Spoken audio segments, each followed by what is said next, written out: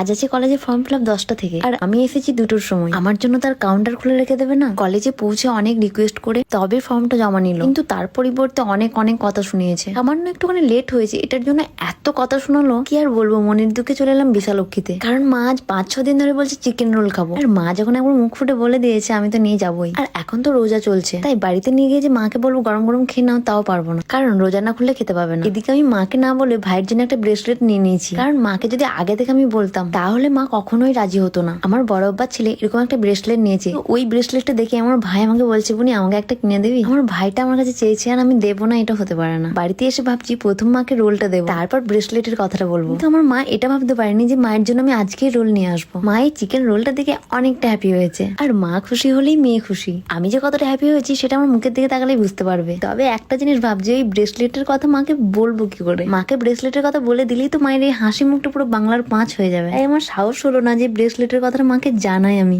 মাকে এখনো ভাইয়ের ব্রেসলেটটার জন্য বলিনি, ভয় লাগছে বলতে, যে ধরো অনেকগুলো টাকা তো লেগেছে, তো ভয় লাগছে, যে ওই জন্য মাকে আগে দেখাই যে ভাইয়ের জন্য এনেছি।